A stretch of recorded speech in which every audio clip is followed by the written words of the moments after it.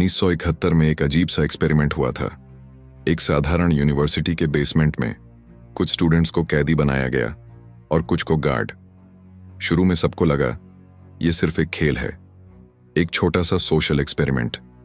लेकिन कुछ ही दिनों में सब कुछ बदल गया।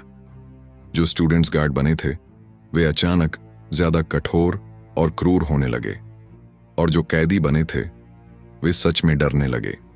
सिर्फ 6 दिनों के अंदर एक्सपेरिमेंट को रोकना पड़ा, क्योंकि एक खतरनाक सच्चाई सामने आ गई थी। जब इंसान को थोड़ी सी पावर मिलती है तो उसका असली स्वभाव बाहर आने लगता है। और यहीं से एक बड़ा सवाल पैदा होता है, अगर परिस्थितियां इतनी जल्दी इंसान को बदल सकती हैं तो क्या हम सच में लोगों को समझते भी हैं, या फिर हम बस वही मान लेते हैं जो ऊपर ऊपर से दिखाई देता है। इतिहास हो, राजनीति हो या रोजमर्रा की जिंदगी, बार बार एक ही चीज सामने आती है। इंसान वही नहीं होता जो वह दिखता है। उसके फैसलों के पीछे भावनाएं होती हैं, उसके शब्दों के पीछे इरादे होते हैं, और कई बार उसके व्यवहार के पीछे एक अदृश्य खेल चल रहा होता है। लेकिन समस्या यह है, ज्यादातर लोग इन पैटर्न्स को कभी समझ ही नहीं पाते। वे लोगों को सतह से देखते हैं और इसी वजह से बार बार वही गलतियां करते रहते हैं। लेकिन जो इंसान इन हिडन पैटर्न्स को समझना शुरू कर देता है, उसके लिए दुनिया अचानक अलग दिखने लगती है। लोगों की चालें समझ आने लगती हैं, फैसलों के पीछे छिपे मोटिव्स दिखने लगते हैं, और यहीं से शुरू होती है मानव स्वभाव को सच में समझने की यात्रा। लेकिन इस पूरी यात्रा की शुरुआत एक बहुत असहज सच्चाई से होती है। अगर इंसान अपनी ही भावनाओं को नियंत्रित नहीं कर सकता तो वह दूसरों के व्यवहार को कैसे समझेगा? क्योंकि इतिहास गवाह है, सबसे बड़ी हार दुश्मन से नहीं होती, खुद की भावनाओं से होती है। और अगले चैप्टर में हम समझेंगे क्यों सेल्फ कंट्रोल वह पहला नियम है जो इंसान को कमजोर से खतरनाक बना देता है। Chapter 1, emotional mastery. कभी आपने गौर किया है, कई बार हमारी सबसे बड़ी गलती किसी और की वजह से नहीं होती, वह एक छोटे से पल में होती है। एक ऐसा पल जब गुस्सा अचानक बढ़ जाता है, जब किसी की बात दिल पर लग जाती है, या जब हम बिना सोचे तुरंत प्रतिक्रिया दे देते हैं। और बाद में जब दिमाग शांत होता है तब हम सोचते हैं, मुझे ऐसा नहीं करना चाहिए था। इतिहास में अगर आप ध्यान से देखें तो कई बड़े फैसले ऐसे ही पलों में लिए गए, और वही फैसले बाद में बड़ी गलतियों में बदल गए। यही वजह है कि दुनिया के सबसे समझदार लोग सबसे पहले एक चीज सीखते हैं, अपने भावनात्मक मन को संभालना। क्योंकि इंसान का दिमाग 2 तरीकों से काम करता है। एक हिस्सा होता है भावनात्मक, जो तुरंत प्रतिक्रिया देता है, और दूसरा हिस्सा होता है तार्किक, जो रुककर सोचता है। समस्या तब शुरू होती है जब भावनाएं नियंत्रण ले लेती हैं। उस समय इंसान वही देखता है जो उसका गुस्सा, डर या अहंकार उसे दिखाना चाहता है। उसे लगता है कि वह सही है, लेकिन वास्तव में उसका फैसला साफ सोच से नहीं बल्कि भावनाओं की धुंध से निकल रहा होता है, और यही धुंध इंसान को गलत दिशा में ले जाती है। अगर आप अपने आसपास ध्यान से देखें तो आपको यह पैटर्न हर जगह दिखाई देगा। ऑफिस में कोई छोटी सी आलोचना होती है और कोई व्यक्ति तुरंत रक्षात्मक हो जाता है। दोस्तों के बीच एक छोटी सी गलतफहमी और रिश्ते टूटने लगते हैं। बिजनेस में किसी की एक बात अहंकार को चोट पहुंचा देती है, और इंसान ऐसा फैसला ले लेता है जो बाद में भारी पड़ता है। असल में समस्या परिस्थिति नहीं होती, समस्या यह होती है कि उस समय हमारा भावनात्मक मन नियंत्रण में आ जाता है। लेकिन जो लोग जीवन में आगे बढ़ते हैं वे एक अलग आदत विकसित कर लेते हैं। वे प्रतिक्रिया देने से पहले रुकना सीखते हैं। जब कोई उन्हें उकसाता है तो वे तुरंत प्रतिक्रिया नहीं देते। वे पहले अपने भीतर चल रही भावनाओं को पहचानते हैं। क्या यह गुस्सा है? क्या यह डर है? क्या यह अहंकार है? जैसे ही इंसान अपनी भावना को पहचान लेता है, उसकी पकड़ थोड़ी ढीली होने लगती है। और यही वह छोटा सा अंतर है जो समझदार इंसान और आवेग में बहने वाले इंसान के बीच फर्क पैदा करता है। कल्पना कीजिए, कोई आपको उकसाता है। अगर आप तुरंत प्रतिक्रिया देते हैं तो आपने अपनी शक्ति उस व्यक्ति को दे दी। लेकिन अगर आप शांत रहते हैं तो अचानक स्थिति बदल जाती है। अब नियंत्रण आपके पास है। यही कारण है कि कई बार सबसे मजबूत प्रतिक्रिया कोई प्रतिक्रिया न देना होती है। यह कमजोरी नहीं होती, यह नियंत्रण होता है। जो इंसान अपनी भावनाओं को संभालना सीख जाता है वह धीरे धीरे एक अलग तरह की ताकत विकसित करता है। उसे दूसरों के शब्दों से कम फर्क पड़ने लगता है। उसे समझ आने लगता है कि हर बात का जवाब देना जरूरी नहीं होता। और सबसे महत्वपूर्ण बात, वह परिस्थितियों के बजाय अपनी सोच के आधार पर फैसले लेने लगता है। अब सवाल यह है कि इस स्किल को विकसित कैसे किया जाए। सबसे पहला कदम है जागरूकता। जब भी कोई स्थिति आपको भावनात्मक बना रही हो तो एक छोटा सा पॉज लें। बस कुछ सेकंड अपने आप से पूछें, मैं अभी क्या महसूस कर रहा हूं। यह छोटा सा सवाल आपको भावनात्मक प्रतिक्रिया से बाहर निकालकर सोचने की स्थिति में ले आता है। दूसरा कदम है दूरी बनाना। हर सिचुएशन में तुरंत फैसला लेने की जरूरत नहीं होती। अगर कोई बात आपको परेशान कर रही है तो उसे थोड़ी देर के लिए छोड़ दीजिए। कभी कभी कुछ घंटे या एक रात की नींद दिमाग को वह क्लैरिटी दे देती है जो तुरंत प्रतिक्रिया में कभी नहीं मिलती। और तीसरा कदम है दृष्टिकोण बदलना। जब हम भावनाओं में होते हैं तो हमें लगता है कि वही पल सबसे महत्वपूर्ण है। लेकिन अगर आप खुद से पूछें, क्या यह बात 1 महीने बाद भी उतनी ही महत्वपूर्ण होगी, तो अक्सर जवाब होता है नहीं। और जैसे ही पर्सपेक्टिव बदलता है, भावनाओं की तीव्रता कम होने लगती है। धीरे धीरे यह आदत बन जाती है और एक दिन आप महसूस करेंगे कि वही सिचुएशंस जो पहले आपको तुरंत प्रतिक्रिया देने पर मजबूर करती थीं, अब आपको उतना प्रभावित नहीं करती। यही असली शक्ति है। दूसरों को नियंत्रित करना आसान नहीं होता, लेकिन जो इंसान खुद को नियंत्रित करना सीख जाता है वह पहले ही एक बड़ी जीत हासिल कर चुका होता है। क्योंकि जब आपका मन शांत होता है तो आपकी सोच साफ होती है, और जब सोच साफ होती है तो आपके फैसले भी मजबूत होते हैं। यही वह पहला कदम है जिससे इंसान धीरे धीरे अपने जीवन की दिशा बदलना शुरू करता है। लेकिन यहां एक और गहरी बात छुपी हुई है। अगर आप अपनी भावनाओं को समझना शुरू कर देते हैं तो आप धीरे धीरे दूसरों की भावनाओं को भी पढ़ना सीख जाते हैं। और यहीं से शुरू होती है मानव स्वभाव को सच में समझने की क्षमता। और अगले चैप्टर में हम इसी रहस्य को समझेंगे, क्यों मानव स्वभाव को समझना दुनिया के सबसे शक्तिशाली स्किल्स में से एक है। Chapter 2, human nature understanding. कई बार ऐसा होता है कि हम किसी इंसान पर बहुत भरोसा करते हैं, लेकिन कुछ समय बाद हमें एहसास होता है कि हमने उसे सही समझा ही नहीं। शुरू में सब कुछ सामान्य लगता है, बातचीत अच्छी होती है, व्यवहार अच्छा होता है, लेकिन धीरे धीरे कुछ चीजें सामने आने लगती हैं। शब्द कुछ और कहते हैं और व्यवहार कुछ और उसी पल हमें पहली बार समझ आता है कि इंसानों को समझना उतना आसान नहीं है जितना हम सोचते हैं। असल में इंसान खुद को भी पूरी तरह नहीं समझता। उसके फैसले हमेशा तर्क से नहीं आते। कई बार उसके फैसले आते हैं उसके डर से, उसके अहंकार से, या फिर उसकी छिपी हुई इच्छाओं से।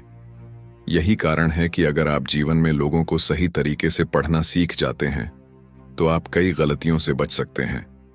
क्योंकि दुनिया में बहुत सी समस्याएं इसलिए पैदा होती हैं क्योंकि हम लोगों को वैसा समझ लेते हैं जैसा वे दिखते हैं, न कि जैसा वे वास्तव में होते हैं। अगर आप ध्यान से देखें तो इंसानी स्वभाव में कुछ पैटर्न बार बार दिखाई देते हैं। पहला पैटर्न है अहंकार। ज्यादातर लोग चाहते हैं कि उन्हें महत्वपूर्ण महसूस कराया जाए। उन्हें अच्छा लगता है जब कोई उनकी तारीफ करता है, जब उनकी राय को महत्व दिया जाता है। और अगर कोई उनकी आलोचना कर दे तो अक्सर वे तुरंत रक्षात्मक हो जाते हैं। इसका मतलब यह नहीं कि लोग बुरे होते हैं, यह सिर्फ इंसानी स्वभाव है। दूसरा पैटर्न है स्वार्थ। हर इंसान सबसे पहले अपने फायदे के बारे में सोचता है। भले ही वह कितना ही अच्छा क्यों ना हो, उसके फैसलों में कहीं ना कहीं उसका व्यक्तिगत हित जुड़ा होता है। जब आप इस सच्चाई को समझ लेते हैं तो आप लोगों से अवास्तविक उम्मीदें रखना बंद कर देते हैं, और यही समझ आपको कई निराशाओं से बचाती है। तीसरा पैटर्न है भावनात्मक प्रतिक्रिया। लोग अक्सर तर्क से कम और भावनाओं से ज्यादा प्रभावित होते हैं। किसी की एक छोटी सी बात भी किसी को बहुत खुश कर सकती है या बहुत आहत। इसीलिए जो लोग दूसरों की भावनाओं को समझ लेते हैं वे बातचीत और रिश्तों में बहुत प्रभावशाली हो जाते हैं। लेकिन यहां एक और दिलचस्प बात है। ज्यादातर लोग चाहते हैं कि उन्हें समझा जाए, लेकिन वे खुद दूसरों को समझने की कोशिश बहुत कम करते हैं। वे जल्दी निष्कर्ष निकाल लेते हैं। किसी के एक व्यवहार को देखकर ही पूरे व्यक्तित्व का फैसला कर देते हैं। लेकिन जो लोग वास्तव में समझदार होते हैं वे जल्दी निर्णय नहीं लेते। वे ऑब्जर्व करते हैं। वे लोगों के शब्दों से ज्यादा उनके व्यवहार को देखते हैं। वे यह समझने की कोशिश करते हैं कि किस परिस्थिति में कोई व्यक्ति कैसे प्रतिक्रिया देता है। धीरे धीरे उन्हें इंसानी व्यवहार के पैटर्न समझ आने लगते हैं, और जब यह समझ विकसित होने लगती है तो दुनिया थोड़ी साफ दिखाई देने लगती है। उदाहरण के लिए, अगर कोई व्यक्ति हर छोटी सी बात पर नाराज हो जाता है तो अक्सर उसके भीतर असुरक्षा होती है। अगर कोई व्यक्ति हमेशा अपनी उपलब्धियों की बात करता है तो कई बार वह भीतर से वैलिडेशन ढूंढ रहा होता है। और अगर कोई व्यक्ति दूसरों को नीचा दिखाने की कोशिश करता है तो कई बार वह अपने ही आत्मविश्वास की कमी छिपा रहा होता है। जब आप इन संकेतों को पहचानना सीख जाते हैं तो लोगों का व्यवहार आपको उतना रहस्यमय नहीं लगता। लेकिन इस समझ का मतलब यह नहीं है कि आप लोगों को जज करने लगें। इसका मतलब सिर्फ इतना है कि आप लोगों को ज्यादा यथार्थवादी नजर से देखना शुरू कर देते हैं, और यही आपको बेहतर फैसले लेने में मदद करता है। अब सवाल यह है कि इंसानी स्वभाव को समझने की शुरुआत कैसे की जाए। सबसे पहला कदम है ध्यान से देखना। जब भी आप किसी से मिलें तो सिर्फ उसके शब्दों पर ध्यान न दें। उसकी बॉडी लैंग्वेज देखें, उसके बोलने का तरीका देखें।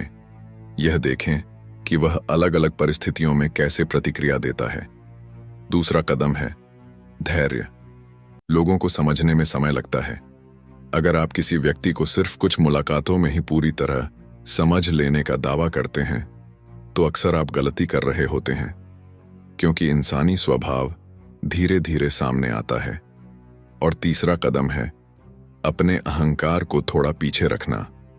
कई बार हम लोगों को इसलिए गलत समझ लेते हैं क्योंकि हम सिर्फ अपने दृष्टिकोण से चीजों को देखते हैं। लेकिन जैसे ही हम दूसरे व्यक्ति की स्थिति को समझने की कोशिश करते हैं वैसे ही कई चीजें स्पष्ट होने लगती हैं। धीरे धीरे यह समझ आपको एक अलग प्रकार की शक्ति देती है। अब आप सिर्फ परिस्थितियों पर प्रतिक्रिया नहीं देते, आप लोगों के व्यवहार को पहले से समझने लगते हैं, और यही समझ आपको जीवन के कई खेलों में आगे ले जाती है। लेकिन यहां एक और गहरी परत है। जब आप इंसानी स्वभाव को समझने लगते हैं तो आपको एक और चीज दिखने लगती है। आपको यह समझ आने लगता है कि दुनिया में पावर कैसे काम करती है, क्योंकि हर जगह, ऑफिस में, राजनीति में, समाज में कहीं ना कहीं शक्ति का एक अदृश्य संतुलन चलता रहता है। और अगले चैप्टर में हम इसी रहस्य को समझेंगे, पावर के वे नियम जो अक्सर दिखाई नहीं देते लेकिन हर जगह काम कर रहे होते हैं। चैप्टर 3, शक्ति का अदृश्य खेल। इतिहास में एक दिलचस्प पैटर्न बार बार दिखाई देता है। जो लोग सिर्फ मेहनत करते हैं वे अक्सर वहीं रह जाते हैं, लेकिन कुछ लोग जो शायद उतने प्रतिभाशाली भी नहीं होते धीरे धीरे ऊपर पहुंच जाते हैं। सवाल यह है, ऐसा क्यों होता है? क्या सिर्फ मेहनत ही सफलता तय करती है? अगर इतिहास को ध्यान से देखें तो जवाब थोड़ा अलग दिखाई देता है। दुनिया में सिर्फ मेहनत नहीं चलती, यहां शक्ति का एक अदृश्य खेल भी चलता है, और जो लोग इस खेल को समझ लेते हैं वे अक्सर दूसरों से कई कदम आगे निकल जाते हैं। लेकिन समस्या यह है कि ज्यादातर लोगों को बचपन से यह सिखाया ही नहीं जाता। हमें सिखाया जाता है मेहनत करो, ईमानदार रहो, सब ठीक हो जाएगा। और यह बातें गलत भी नहीं हैं, लेकिन दुनिया की वास्तविकता इससे थोड़ी ज्यादा जटिल है, क्योंकि हर जगह, ऑफिस में, बिजनेस में, समाज में लोगों के बीच प्रभाव और नियंत्रण का एक संतुलन चलता रहता है, और यही संतुलन तय करता है कि किसकी बात सुनी जाएगी और किसकी अनदेखी कर दी जाएगी। अगर आप किसी भी संगठन को देखें तो वहां हमेशा कुछ लोग ऐसे होते हैं जिनकी बातों का असर ज्यादा होता है। वे कमरे में आते हैं और अचानक सबका ध्यान उनकी तरफ चला जाता है। क्यों? क्योंकि उनके पास सिर्फ पद या पैसा ही नहीं होता, उनके पास प्रभाव होता है। और प्रभाव कई बार सीधे दिखाई नहीं देता। वह लोगों के विश्वास से बनता है, उनकी छवि से बनता है और कई बार उनके व्यवहार के तरीके से भी बनता है। लेकिन शक्ति का एक और पहलू भी है। कई लोग शक्ति चाहते तो हैं, लेकिन वे यह नहीं समझते कि उसे संभालना कैसे है। इसलिए वे जल्दबाजी करते हैं। वे हर जगह अपनी ताकत दिखाने की कोशिश करते हैं, हर बातचीत में जीतना चाहते हैं, हर स्थिति में खुद को साबित करना चाहते हैं। और अक्सर यही उनकी सबसे बड़ी गलती बन जाती है, क्योंकि असली शक्ति हमेशा शोर नहीं करती। अक्सर वह शांत होती है और सही समय का इंतजार करती है। इतिहास में कई सफल नेताओं और रणनीतिकारों ने एक बात बहुत स्पष्ट रूप से समझी थी। अगर आप हर समय अपनी ताकत दिखाने लगते हैं तो लोग या तो आपसे डरने लगते हैं या फिर आपको चुनौती देने लगते हैं। लेकिन अगर आप संतुलित रहते हैं तो लोग धीरे धीरे आपकी उपस्थिति को स्वीकार करने लगते हैं। और यही असली प्रभाव होता है। यह प्रभाव कई बार छोटे छोटे व्यवहारों से बनता है। जैसे आप दूसरों से कैसे बात करते हैं, आप कब बोलते हैं और कब चुप रहते हैं। कई बार सबसे प्रभावशाली व्यक्ति वही होता है जो हर समय बोलता नहीं, बल्कि ध्यान से सुनता है। क्योंकि जो व्यक्ति सुनना जानता है वह लोगों के इरादों को समझना भी सीख जाता है। और जैसे जैसे यह समझ बढ़ती है वैसे वैसे उसके फैसले भी बेहतर होने लगते हैं। लेकिन शक्ति के खेल में एक और महत्वपूर्ण बात होती है, धैर्य। कई लोग जल्दी परिणाम चाहते हैं। वे चाहते हैं कि लोग तुरंत उन्हें महत्व दें, तुरंत उन्हें पहचानें। लेकिन वास्तविक प्रभाव समय के साथ बनता है। यह धीरे धीरे बनता है, लगातार सही व्यवहार से, संतुलित फैसलों से और परिस्थितियों को समझने की क्षमता से। अगर आप अपने आसपास देखें तो आपको कई ऐसे लोग मिलेंगे जो हमेशा संघर्ष करते रहते हैं। वे हर समय दूसरों से भिड़ते हैं, हर समय अपनी बात मनवाने की कोशिश करते हैं और इसी वजह से वे अक्सर थक जाते हैं। लेकिन कुछ लोग अलग होते हैं। वे हर लड़ाई नहीं लड़ते। वे समझते हैं कि कौन सी लड़ाई जरूरी है और कौन सी नहीं। और यही समझ उन्हें धीरे धीरे मजबूत बनाती है। क्योंकि शक्ति सिर्फ ताकत से नहीं आती, शक्ति आती है संतुलन से, अपने व्यवहार के संतुलन से, अपने शब्दों के संतुलन से और अपने फैसलों के संतुलन से। जब इंसान यह संतुलन सीख जाता है तो उसकी उपस्थिति अपने आप प्रभावशाली हो जाती है। लोग उसे गंभीरता से लेने लगते हैं और धीरे धीरे वह उस स्थिति में पहुंच जाता है जहां उसे हर समय खुद को साबित करने की जरूरत नहीं पड़ती। लेकिन यहां एक और गहरी बात छुपी हुई है। अगर आप शक्ति के इस खेल को समझ लेते हैं तो आपको एक और चीज समझ आने लगती है। आप यह देखना शुरू कर देते हैं कि लोग फैसले कैसे लेते हैं, वे कब भावनाओं में बह जाते हैं और कब सोच समझकर कदम उठाते हैं। और यहीं से एक और महत्वपूर्ण स्किल शुरू होती है, रणनीतिक सोच। क्योंकि जो व्यक्ति सिर्फ वर्तमान को देखता है वह अक्सर छोटी जीतों में उलझा रहता है। लेकिन जो व्यक्ति रणनीति समझता है वह कुछ कदम आगे की सोचता है। और अगले चैप्टर में हम इसी स्किल को समझेंगे, रणनीतिक सोच का वह तरीका जो इंसान को परिस्थितियों का शिकार बनने के बजाय उनका संचालक बना देता है। Chapter 4, strategy thinking. अगर आप इतिहास के सबसे सफल लोगों को ध्यान से देखें तो आपको एक दिलचस्प बात दिखाई देगी। वे सिर्फ मेहनती नहीं थे, वे सोचने के तरीके में अलग थे। जहां ज्यादातर लोग सिर्फ आज की समस्या देखते हैं, वहां वे लोग कुछ कदम आगे की तस्वीर देख लेते थे। और यही अंतर अक्सर जीत और हार तय कर देता है। क्योंकि जीवन में कई बार समस्या यह नहीं होती कि हम मेहनत नहीं करते, समस्या यह होती है कि हम बिना दिशा के मेहनत करते रहते हैं। हम तुरंत प्रतिक्रिया देते हैं, जल्दी फैसले लेते हैं और फिर उम्मीद करते हैं कि सब ठीक हो जाएगा। लेकिन दुनिया ऐसे काम नहीं करती। दुनिया में कई बार वही व्यक्ति आगे निकल जाता है जो थोड़ा रुककर, थोड़ा दूर से पूरी स्थिति को देख लेता है। यही रणनीतिक सोच की शुरुआत है। रणनीतिक सोच का मतलब सिर्फ योजना बनाना नहीं होता। इसका मतलब होता है परिस्थितियों को समझना, लोगों के व्यवहार को पढ़ना और फिर ऐसा कदम उठाना जो सिर्फ आज नहीं, आने वाले समय में भी आपको फायदा दे।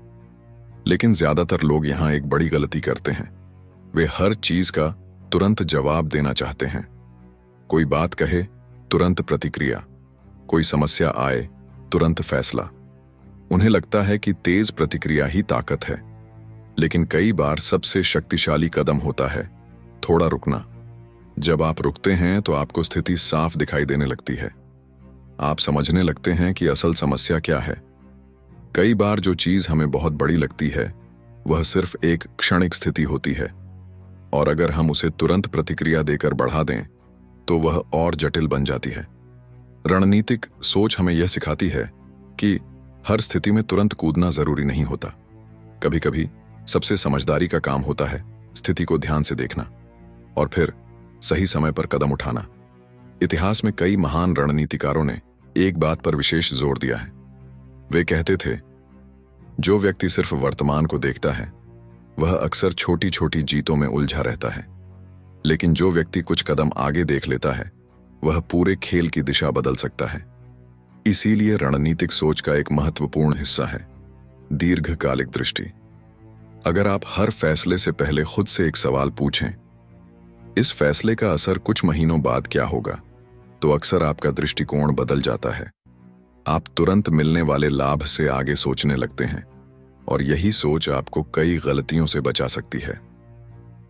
रणनीतिक सोच का एक और महत्वपूर्ण पहलू है धैर्य, क्योंकि सही रणनीति हमेशा तुरंत परिणाम नहीं देती। कई बार उसे समय चाहिए होता है, लेकिन ज्यादातर लोग यहां हार मान लेते हैं। वे जल्दी परिणाम चाहते हैं, और जब तुरंत सफलता नहीं मिलती तो वे दिशा बदल देते हैं। लेकिन जो लोग रणनीति समझते हैं वे जानते हैं कि कई बार धीमी प्रगति ही सही प्रगति होती है। वे अपने कदम सोच समझ कर रखते हैं, और धीरे धीरे उनकी स्थिति मजबूत होती जाती है। रणनीतिक सोच का एक और महत्वपूर्ण पहलू है भावनाओं से दूरी। जब इंसान भावनाओं में होता है तो वह बड़ी तस्वीर नहीं देख पाता। उसे सिर्फ वही दिखाई देता है जो उस समय उसकी भावना उसे दिखा रही होती है। लेकिन जब आप थोड़ा पीछे हटकर स्थिति को देखते हैं तो आपको कई नए पहलू दिखाई देने लगते हैं। आप समझने लगते हैं कि कौन सी बात वास्तव में महत्वपूर्ण है और कौन सी नहीं। धीरे धीरे यह आदत बन जाती है, और एक समय आता है जब आप परिस्थितियों से घबराने के बजाय उन्हें एक समस्या की तरह देखने लगते हैं जिसे हल किया जा सकता है। यही वह क्षण होता है जब इंसान प्रतिक्रियात्मक जीवन से निकलकर रणनीतिक जीवन जीना शुरू करता है। अब उसके फैसले जल्दबाजी में नहीं होते, वे सोच समझ कर लिए जाते हैं, और यही फर्क धीरे धीरे उसके जीवन की दिशा बदल देता है। लेकिन यहां एक और दिलचस्प बात है। जब आप रणनीतिक सोच विकसित करते हैं तो आप सिर्फ परिस्थितियों को नहीं समझते, आप लोगों के व्यवहार को भी एक नए दृष्टिकोण से देखने लगते हैं। आप यह समझने लगते हैं कि लोग कैसे प्रभावित होते हैं, उन्हें क्या आकर्षित करता है, किस तरह के व्यवहार से वे जुड़ते हैं। और यहीं से शुरू होती है एक और महत्वपूर्ण कला, प्रभाव और आकर्षण की कला। क्योंकि जीवन में सिर्फ सही रणनीति ही काफी नहीं होती। कई बार आपको लोगों को अपने विचारों की ओर आकर्षित भी करना पड़ता है, और अगले चैप्टर में हम समझेंगे कैसे कुछ लोग बिना जोर दिए दूसरों को प्रभावित कर लेते हैं, और कैसे यह कला आपके रिश्तों, करियर और जीवन को बदल सकती है। Chapter 5, seduction and influence. अगर आप ध्यान से देखें तो दुनिया में कुछ लोग ऐसे होते हैं जो बिना ज्यादा कोशिश किए भी लोगों का ध्यान खींच लेते हैं। वे कमरे में आते हैं और माहौल थोड़ा बदल जाता है। लोग उनकी बात ध्यान से सुनते हैं, उनकी मौजूदगी को महसूस करते हैं। और दिलचस्प बात यह है कि ऐसा हमेशा पद, पैसा या ताकत की वजह से नहीं होता। कई बार यह सिर्फ एक चीज की वजह से होता है, प्रभाव। प्रभाव का मतलब यह नहीं होता कि आप लोगों पर जोर डालें। असल प्रभाव वह होता है जब लोग खुद आपकी ओर खींचने लगते हैं। लेकिन ज्यादातर लोग प्रभाव को गलत समझते हैं। वे सोचते हैं कि जोर से बोलना, अपनी उपलब्धियां बताना या हर बातचीत में जीतने की कोशिश करना उन्हें प्रभावशाली बना देगा। लेकिन वास्तविकता अक्सर इसके उलट होती है। जब कोई व्यक्ति हर समय खुद को साबित करने की कोशिश करता है तो लोग धीरे धीरे उससे दूरी बनाने लगते हैं, क्योंकि प्रभाव हमेशा दबाव से नहीं बनता, वह आकर्षण से बनता है। और आकर्षण की शुरुआत एक बहुत साधारण चीज से होती है, लोगों को महत्व देना। हर इंसान चाहता है कि उसे देखा जाए, सुना जाए और समझा जाए। लेकिन रोजमर्रा की भागदौड़ में बहुत कम लोग वास्तव में दूसरों को ध्यान से सुनते हैं। वे बातचीत के दौरान भी अपने जवाब के बारे में सोच रहे होते हैं। लेकिन जब कोई व्यक्ति सच में ध्यान से सुनता है तो सामने वाले को तुरंत महसूस हो जाता है, और यही छोटी सी चीज रिश्तों को गहरा बना देती है। प्रभाव का दूसरा महत्वपूर्ण पहलू है रहस्य। कई बार जो लोग हर बात तुरंत बता देते हैं वे अपनी उपस्थिति का प्रभाव खो देते हैं। लेकिन जो लोग अपने व्यक्तित्व में थोड़ी सी गहराई और रहस्य बनाए रखते हैं वे लोगों की जिज्ञासा को जीवित रखते हैं। इसका मतलब यह नहीं कि आप बनावटी बने, इसका मतलब सिर्फ इतना है कि हर बात हर समय कहना जरूरी नहीं होता। कभी कभी शांत रहना भी आपकी उपस्थिति को मजबूत बना देता है। प्रभाव का तीसरा पहलू है भावनात्मक समझ। जब आप यह समझने लगते हैं कि सामने वाला व्यक्ति क्या महसूस कर रहा है तो आपकी बातचीत का तरीका बदल जाता है। आप सिर्फ शब्दों से नहीं, भावनाओं से जुड़ने लगते हैं। और जब भावनात्मक जुड़ाव बनता है तो प्रभाव अपने आप बढ़ने लगता है। यही कारण है कि कई बार सबसे प्रभावशाली लोग वे होते हैं जो दूसरों को सहज महसूस कराते हैं। वे बातचीत को प्रतियोगिता नहीं बनाते, वे माहौल को हल्का रखते हैं और धीरे धीरे लोग उनकी ओर आकर्षित होने लगते हैं। लेकिन यहां एक और महत्वपूर्ण बात है, प्रभाव का मतलब लोगों को नियंत्रित करना नहीं होता। वास्तविक प्रभाव तब बनता है जब लोग आपके साथ रहकर बेहतर महसूस करते हैं, जब उन्हें लगता है कि आपकी उपस्थिति उन्हें ऊर्जा देती है। और यही कारण है कि कई बार एक साधारण सा व्यवहार भी बहुत बड़ा असर डाल सकता है। जैसे ईमानदारी से मुस्कुराना, किसी की बात को ध्यान से सुनना और सही समय पर सही शब्द कहना। ये छोटी छोटी चीजें धीरे धीरे आपके व्यक्तित्व का हिस्सा बन जाती हैं और फिर आपको अलग से कोशिश करने की जरूरत नहीं पड़ती। आपकी उपस्थिति ही प्रभावशाली बन जाती है। लेकिन प्रभाव की इस कला का एक और गहरा पहलू है। अगर आप लोगों को प्रभावित करना सीख जाते हैं तो आपके सामने एक और सवाल खड़ा होता है, आप इस प्रभाव का इस्तेमाल किस दिशा में करेंगे? क्योंकि प्रभाव एक शक्ति है और हर शक्ति की तरह उसका सही उपयोग करना भी जरूरी है। यहीं से जीवन का अगला चरण शुरू होता है, वह चरण जहां इंसान सिर्फ लोगों को प्रभावित नहीं करता, वह अपने भीतर की क्षमता को धीरे धीरे विकसित करना शुरू करता है। और यही हमें अगले चैप्टर तक ले जाता है, जहां हम समझेंगे मास्टरी की यात्रा। कैसे कुछ लोग किसी स्किल में साधारण स्तर से आगे बढ़कर वास्तव में असाधारण बन जाते हैं, और क्यों यह यात्रा सिर्फ प्रतिभा से नहीं बल्कि धैर्य, अभ्यास और गहरी समझ से बनती है। Chapter 6 mastery. अगर आप किसी भी महान कलाकार, खिलाड़ी या वैज्ञानिक की कहानी पढ़ें तो एक चीज लगभग हर जगह समान दिखाई देती है। शुरुआत में वे भी साधारण थे, उनके पास कोई जादुई ताकत नहीं थी, कोई अचानक मिलने वाली प्रतिभा भी नहीं। लेकिन समय के साथ वे अपने क्षेत्र में इतने कुशल हो गए कि लोग उन्हें असाधारण मानने लगे। सवाल यह है, यह बदलाव आता कैसे है? क्या यह सिर्फ जन्म से मिलने वाली प्रतिभा का परिणाम है या फिर इसके पीछे कुछ और छुपा है? अगर गहराई से देखें तो असली जवाब प्रतिभा से ज्यादा अभ्यास और धैर्य में छुपा होता है। महारत कभी अचानक नहीं बनती, यह धीरे धीरे बनती है, छोटे छोटे प्रयासों से, लगातार सीखने से और बार बार की जाने वाली गलतियों से। लेकिन यहां एक समस्या है, आज की दुनिया में लोग जल्दी परिणाम चाहते हैं। वे कुछ महीनों में ही विशेषज्ञ बनना चाहते हैं, कुछ प्रयासों के बाद ही सफलता की उम्मीद करने लगते हैं, और जब तुरंत परिणाम नहीं मिलता तो वे दिशा बदल देते हैं। यही कारण है कि बहुत से लोग किसी भी स्किल में गहराई तक नहीं पहुंच पाते। वे शुरुआत तो करते हैं लेकिन यात्रा को पूरा नहीं करते। महारत की असली यात्रा यहीं से अलग हो जाती है। जो लोग वास्तव में आगे बढ़ते हैं वे इस प्रक्रिया को समझते हैं। वे जानते हैं कि शुरुआती चरण अक्सर सबसे कठिन होता है। उस समय प्रगति धीमी दिखाई देती है, गलतियां ज्यादा होती हैं और कई बार आत्मविश्वास भी डगमगा जाता है। लेकिन जो लोग धैर्य रखते हैं वे धीरे धीरे उस चरण को पार कर लेते हैं और फिर एक समय आता है जब वही अभ्यास उनकी ताकत बन जाता है।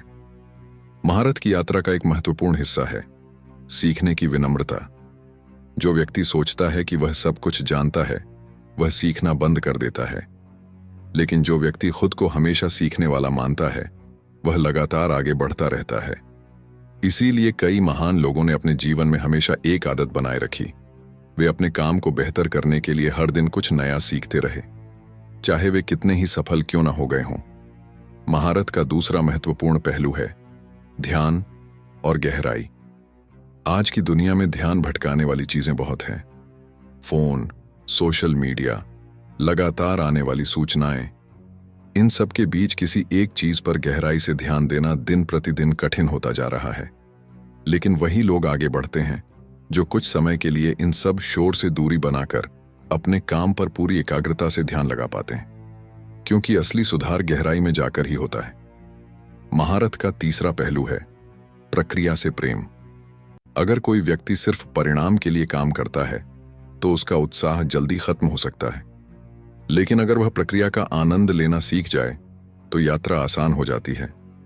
तब अभ्यास बोझ नहीं लगता, वह एक स्वाभाविक आदत बन जाता है और धीरे धीरे वही आदत किसी स्किल को मजबूत बना देती है। समय के साथ आप अपने काम में छोटे छोटे सुधार देखने लगते हैं, आपकी समझ गहरी होने लगती है। जो चीजें पहले कठिन लगती थीं वे धीरे धीरे सहज हो जाती हैं और एक दिन आप पीछे मुड़कर देखते हैं तो आपको महसूस होता है कि आप वही व्यक्ति नहीं रहे जो शुरुआत में थे। आपकी सोच बदल चुकी होती है, आपका कौशल विकसित हो चुका होता है और यही महारत की असली पहचान है।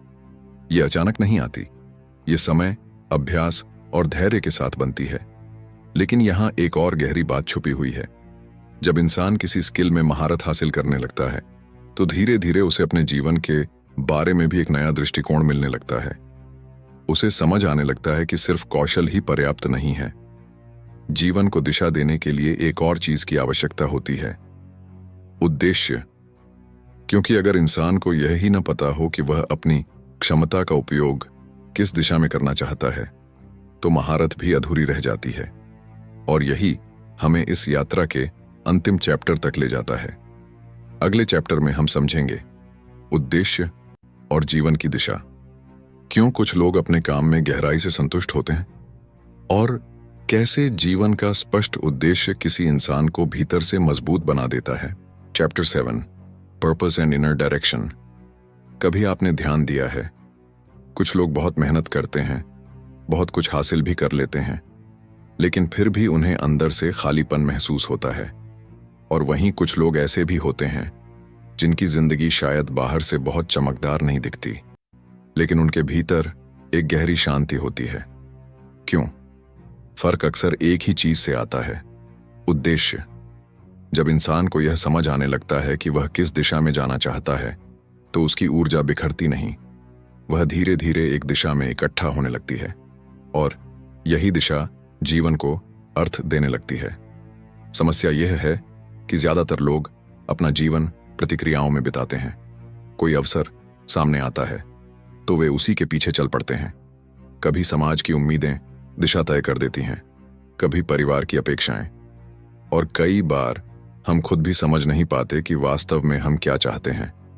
इसलिए हम एक काम से दूसरे काम तक भटकते रहते हैं। कुछ समय बाद हमें लगता है कि हम बहुत व्यस्त हैं, लेकिन आगे नहीं बढ़ रहे।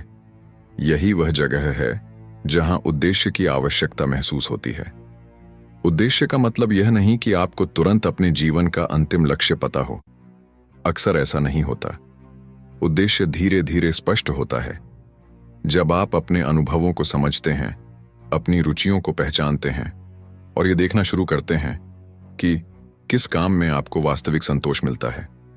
कई बार समाज हमें बताता है कि सफलता कैसी दिखनी चाहिए, लेकिन वास्तविक संतोष अक्सर वहां मिलता है जहां हमारा स्वभाव, और हमारा काम एक दूसरे से मेल खाने लगते हैं। जब ऐसा होता है तो काम बोझ नहीं लगता, वह एक स्वाभाविक प्रवाह बन जाता है और धीरे धीरे वही प्रवाह जीवन को स्थिरता देने लगता है। उद्देश्य का एक और महत्वपूर्ण पहलू है दिशा। जब आपके पास स्पष्ट दिशा होती है तो निर्णय लेना आसान हो जाता है। आप हर अवसर के पीछे नहीं भागते, आप यह देखना शुरू करते हैं कि कौन सा रास्ता वास्तव में आपको आगे ले जाएगा और कौन सा रास्ता सिर्फ समय और ऊर्जा खर्च करेगा। यही स्पष्टता जीवन को सरल बना देती है। उद्देश्य का तीसरा पहलू है अर्थ। इंसान सिर्फ जीने के लिए काम नहीं करता, वह यह भी चाहता है कि उसका जीवन किसी मायने में महत्वपूर्ण हो। जब हम यह महसूस करने लगते हैं कि हमारे प्रयास किसी बड़ी दिशा का हिस्सा हैं, तो हमारे भीतर एक अलग प्रकार की ऊर्जा पैदा होती है। कठिनाइयां भी तब उतनी भारी नहीं लगती, क्योंकि हमें पता होता है कि हम किस रास्ते पर चल रहे हैं। लेकिन उद्देश्य खोजने की यात्रा में एक बात बहुत जरूरी होती है, ईमानदारी। कई बार हम वही बनने की कोशिश करते हैं जो दुनिया हमसे बनना चाहती है, लेकिन असली संतुलन तब आता है जब हम खुद से यह सवाल पूछते हैं, मैं वास्तव में किस प्रकार का जीवन जीना चाहता हूं? यह सवाल आसान नहीं होता, लेकिन इसी सवाल से स्पष्टता पैदा होती है। धीरे धीरे आप अपने फैसलों को दूसरों की अपेक्षाओं के बजाय अपनी समझ के आधार पर लेना शुरू कर देते हैं, और यही बदलाव जीवन की दिशा को बदल देता है। जब उद्देश्य स्पष्ट होता है तो छोटी छोटी परेशानियां आपको भटका नहीं पाती। आप जानते हैं कि रास्ता लंबा है, लेकिन दिशा सही है, और यही विश्वास इंसान को भीतर से मजबूत बनाता है। यही वह बिंदु है जहां हमारी पूरी यात्रा एक साथ जुड़ जाती है। जब आप अपनी भावनाओं को नियंत्रित करना सीखते हैं, जब आप इंसानी स्वभाव को समझने लगते हैं, जब आप शक्ति और रणनीति के खेल को पहचानते हैं, जब आप प्रभाव और कौशल विकसित करते हैं, तो अंत में यह सब एक ही जगह जाकर जुड़ता है, एक उद्देश्यपूर्ण जीवन। और जब इंसान उद्देश्य के साथ जीना शुरू करता है तो उसकी हर क्षमता एक दिशा में काम करने लगती है। यही वह अवस्था है जहां जीवन सिर्फ गुजरता नहीं, वह अर्थपूर्ण बन जाता है। अब इस पूरी यात्रा के बाद एक अंतिम सवाल बचता है, इन सभी सिद्धांतों को हम अपने रोजमर्रा के जीवन में कैसे उतारें? और इसी सवाल के साथ हम इस पूरी यात्रा को एक अंतिम विचार के साथ समाप्त करेंगे। तो अब जरा एक पल रुककर सोचिए, इस पूरी यात्रा में हमने क्या सीखा? हमने समझा कि इंसान की सबसे बड़ी ताकत बाहर नहीं, सबसे पहले उसके अपने मन के नियंत्रण में होती है। जब आप अपनी भावनाओं को संभालना सीखते हैं तो फैसले साफ होने लगते हैं। जब आप इंसानी स्वभाव को समझना शुरू करते हैं तो लोगों के व्यवहार के पीछे छुपे इरादे दिखने लगते हैं। जब आप शक्ति और रणनीति के खेल को पहचानते हैं तो आप परिस्थितियों के शिकार नहीं रहते, बल्कि उन्हें समझकर आगे बढ़ने लगते हैं। फिर धीरे धीरे आप प्रभाव की कला सीखते हैं, अपनी किसी स्किल में गहराई लाते हैं, और अंत में अपनी जिंदगी को एक स्पष्ट दिशा देने लगते हैं। यही इस पूरी किताब का सार है। जीवन अचानक नहीं बदलता, लेकिन जब सोच बदलती है तो फैसले बदलते हैं, और जब फैसले बदलते हैं तो धीरे धीरे पूरी जिंदगी की दिशा बदल जाती है। अब मैं आपसे एक छोटा सा सवाल पूछना चाहता हूं। अगर इस पूरी यात्रा में से आपको सबसे ज्यादा पावरफुल एक सीख चुननी पड़े तो वह क्या होगी? वह कौन सी बात थी जिसने आपको सबसे ज्यादा सोचने पर मजबूर किया? नीचे कमेंट में सिर्फ एक लाइन लिखिए, आज से मैं अपनी जिंदगी में सबसे पहले पर काम करूंगा। मैं सच में जानना चाहूंगा कि इस पूरी ऑडियो बुक से आपको सबसे ज्यादा क्या सीख मिली। और अगर आपको ऐसी ही किताबों की गहराई से समझ चाहिए, जहां हम सिर्फ समरी नहीं बल्कि आइडियाज को रियल लाइफ में समझने लायक तरीके से एक्सप्लोर करते हैं, तो अभी चैनल 7 PM ऑडियो बुक को सब्सक्राइब जरूर करें, क्योंकि यहां हर वीडियो का उद्देश्य सिर्फ एक है, आपको ऐसी समझ देना जो आपकी सोच को थोड़ा और गहरा बना दे। फिलहाल के लिए इतना ही। सुनने के लिए धन्यवाद।